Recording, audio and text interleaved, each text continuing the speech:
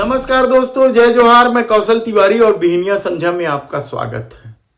लोकसभा चुनाव में हिंदी पट्टी में एक तरफा सीट जीतने वाली भारतीय जनता पार्टी को दक्षिण में आखिर एक एक सीट जीतने के लाले क्यों पड़ते हैं या बड़ा संघर्ष क्यों करना पड़ता है? क्या इसकी वजह केरल के एकमात्र भाजपा विधायक ओ राजगोपाल के बयान से कोई संबंध है? क्योंकि केरल एक ऐसा राज्य है जहां भारतीय जनता पार्टी ही नहीं बल्कि आरएसएस सबसे ज्यादा शाखा लगाती है सालों से। यानी हिंदी पट्टी के राज्यों के साथ ही केरल में शाखा लगाने का काम शुरू हुआ था और सबसे ज्यादा शाखा देश में यदि आरएसएस की कहीं लगती है तो वह केरल है। उसके बाद भी उसे यदि केरल में एक एक सीट के लिए तरसना पड़ रहा है तो क्या वो राजगोपाल ने जो बात कही है वह भारतीय जनता पार्टी पर लागू होती है? दरअसल वो राजगोपाल केरल में भारतीय जनता पार्टी के इकलौते विधायक हैं। उन्होंने केरल में भाजपा की जीत को लेकर इंडियन एक्सप्रेस द्वारा पूछे सवालों का जवाब देते हुए कहा था कि केरल के लोग बहुत ज्यादा पढ़े लिखे हैं, यहां लिटरेसी बहुत ज्यादा है और वे किसी को भी वोट देते हैं तो बड़े ही सोच समझ कर देते हैं। तो क्या इसका मतलब ये है कि उत्तर भारत में यानी हिंदी पट्टी में लोग बगैर सोचे समझे भारतीय जनता पार्टी को वोट दे देते हैं? ये हम नहीं कह रहे हैं, ये खुद भाजपा के उस खेल का नतीजा भी माना जा सकता है जो नफरत के आश्रय राजनीति करती है और यह ओ राजगोपाल का ही बयान है। तब ऐसी परिस्थिति में देश के प्रधानमंत्री नरेंद्र मोदी ने इलेक्टोरल बॉन्ड को लेकर जो कुछ कहा, क्या वह पूरा सच है या फिर एक बार फिर लोगों को बेवकूफ बनाने का खेल खेला है देश के प्रधानमंत्री?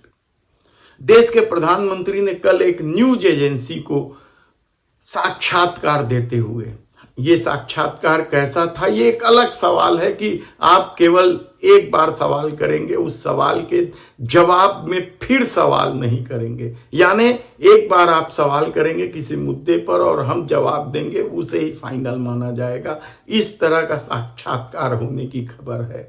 तब उस न्यूज एजेंसी ने इलेक्टोरल बॉन्ड को लेकर देश के प्रधानमंत्री पर सवाल उठाया तो उन्होंने क्या कुछ कहा उसे बताएं। उससे पहले हम आपको एक और बात बता दें कि पीएम केयर फंड को लेकर जिस तरीके का खेल खेला गया, प्रधानमंत्री राहत कोष के समानांतर एक खेल खेला गया और बाद में लोगों को पता चला कि यह खेल किसी ट्रस्ट का था जिसका पूरा प्रचार प्रसार देश के प्रधानमंत्री नरेंद्र मोदी कर रहे थे और उसे सूचना के अधिकार से वंचित कर दिया गया।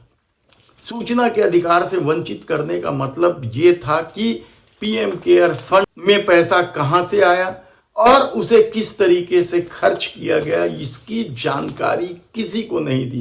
यही नहीं, देश के प्रधानमंत्री नरेंद्र मोदी के प्रचार प्रसार की वजह से न केवल निजी उद्योगपतियों ने मनमाने पैसा दिया, निजी कंपनियों ने मनमाने पैसा दिया, बल्कि पब्लिक सेक्टर के यानी इस देश के सार्वजनिक उपक्रम से भी मनमाना पैसा वसूला गया कहा जाए तो गलत नहीं होगा। लेकिन इसे सूचना के अधिकार से वंचित कर दिया गया। सूचना के अधिकार से वंचित तो इलेक्टोरल बॉन्ड भी हुआ था, लेकिन देश के प्रधानमंत्री नरेंद्र मोदी ने कल बड़ी चालाकी से, इसे चालाकी हम इसलिए कह रहे हैं क्योंकि यह एक तरह से सातिराना खेल, इलेक्टोरल बॉन्ड का पूरा खेल, और देश के प्रधानमंत्री कहते हैं कि विपक्ष झूठ फैला रहा है।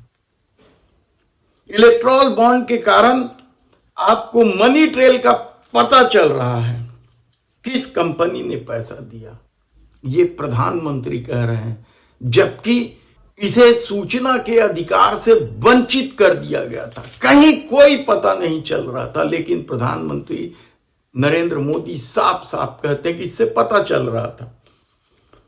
किस कंपनी ने पैसा दिए, उन्होंने पैसे किसे दिया, पैसे कहां दिया, इन सवालों के जवाब मिल पा रहे हैं आज।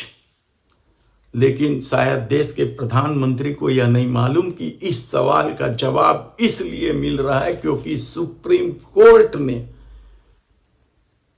एसबीआई और चुनाव आयोग को कड़ा निर्देश दिया। अवमानना तक की धमकी दी गई, तब कहीं जाकर एसबीआई बताने को राजी हुआ। लेकिन देश के प्रधानमंत्री बड़ी ईमानदारी की बात करते हैं और शायद यह संभव भी है कि इस देश में उनसे बड़ा ईमानदार शायद ही कोई हो। देश को काले धन की ओर ढकेलने की बात भी देश के प्रधानमंत्री नरेंद्र मोदी करते हैं। काला धन को लेकर तो 2014 के चुनाव के पहले क्या कुछ नहीं कहा गया था। 15 लाख का जुमला तक लोगों के दिलो दिमाग पर बैठा है। लेकिन देश के प्रधानमंत्री ने बड़ी सफाई से इलेक्टोरल बॉन्ड का पक्ष ले लिया। लेकिन हकीकत तो यह है कि यह सूचना के अधिकार से वंचित था और सुप्रीम कोर्ट के कड़े निर्देश के बाद यह पब्लिश हुआ था। सुप्रीम कोर्ट ने तो इसे असंवैधानिक तक बता दिया।